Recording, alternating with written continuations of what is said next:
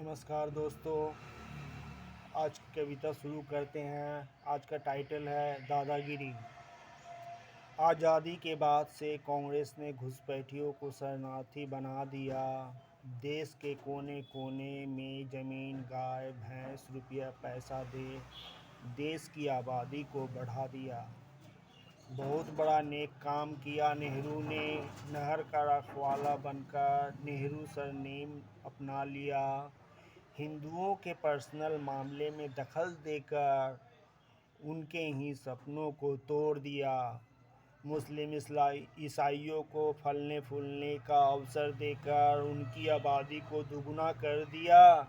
इतना लंबा सत्ता का सुख भोगा कि आज राहुल को पप्पू बना दिया। बीच में कांग्रेस ने गरीबी हटाओ का नारा देकर अपने को खुशहाल कर लिया। जब गरीबी ही हटाना था तो शरणार्थियों को तुमने क्यों बसाकर आबाद किया। इतनी आबादी बढ़ने लगी कि सबको पकड़ पकड़ कर नसबंदी करवा दिया। इधर बंगाल से बांग्लादेशियों को बसाकर बसु ने आधार मजबूत कर लिया। पढ़ने वाले को रिजल्ट ABCD का मार्क्स देकर सबको पास करवा दिया। ऐसे ऐसे मास्टर को नौकरी दिलवा दिया कि बंगाल की आर्थिक हालत खस्ता हाल हो गया। আমাদের दाबी मानते হবে के नारा से सभी कल कारखानों पर ताला जड़ दिया। मजबूर होकर मिल मालिकों, उद्योगपतियों को बोरिया बिस्तर समेट कर भागना पड़ा। एक समय था बंगाल में माँ लक्ष्मी का बसेरा, वही बन गया भूतों का डेरा। आर्थिक अवस्था में तीसरे पायदान पर खड़ा था, वही खिसक कर क्रमशः नीचे घिसकते गया। तब बुद्धदेव बाबू ने बंगाल को फिर से आर्थिक हालात सुधारने का ठीका लिया। सिंगूर नंदीग्राम में बड़े बड़े कल कारखाने लगाने का जिम्मा लिया तो ममता ने लगाई अड़ंगा। टाटा को सिंगूर से भागना पड़ा और ममता ने बंगाल के दिलों पर राज करना शुरू कर दिया। शुरू में यहाँ के लोगों को ममता घरे में मानने लगे। उसे वह है घर की लक्ष्मी, पर लक्ष्मी के रूप में वह ऐसा काम करने लगी कि बढ़ने लगी बेरोजगारी।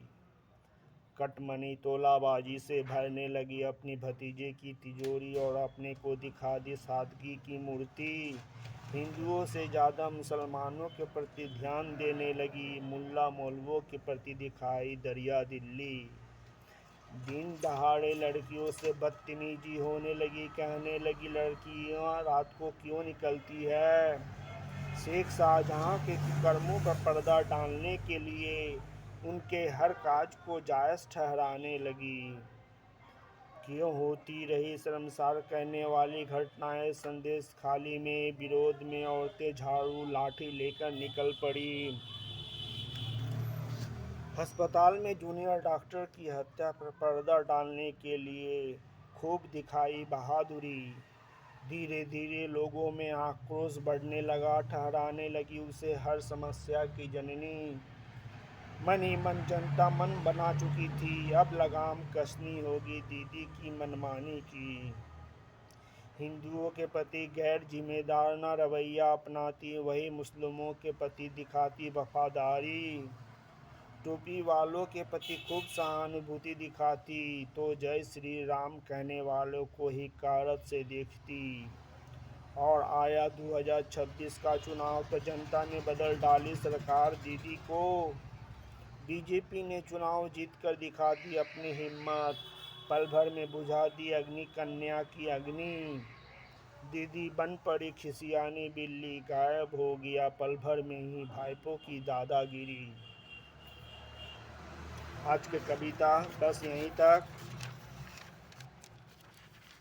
अगली कविता लेकर फिर हाजिर होंगे। साथ में मेरी पुस्तक एक और समझौता पढ़ना मत भूलिएगा। पुस्तक अमेजन और फ्लिपकार्ट पर उपलब्ध है। अगर ज़रूरत पड़े तो मुझसे भी खरीद सकते हैं।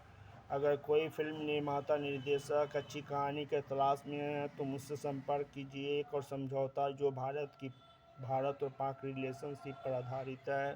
पर फिल्म बनाकर अच्छा खासा मुनाफा कमा सकते हैं।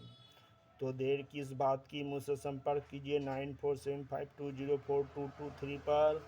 अपना और अपने स्वास्थ्य का ध्यान रखिएगा। यह वीडियो अगर पसंद आई हो तो कृपया लाइक शेयर सब्सक्राइब कर दीजिएगा। इस तरह मेरा उत्साह बढ़ाते रहिए ताकि आपके सम्मुख अच्छी से अच्छी प्रेरणादायक कविता या कहानी पेश कर सकूं।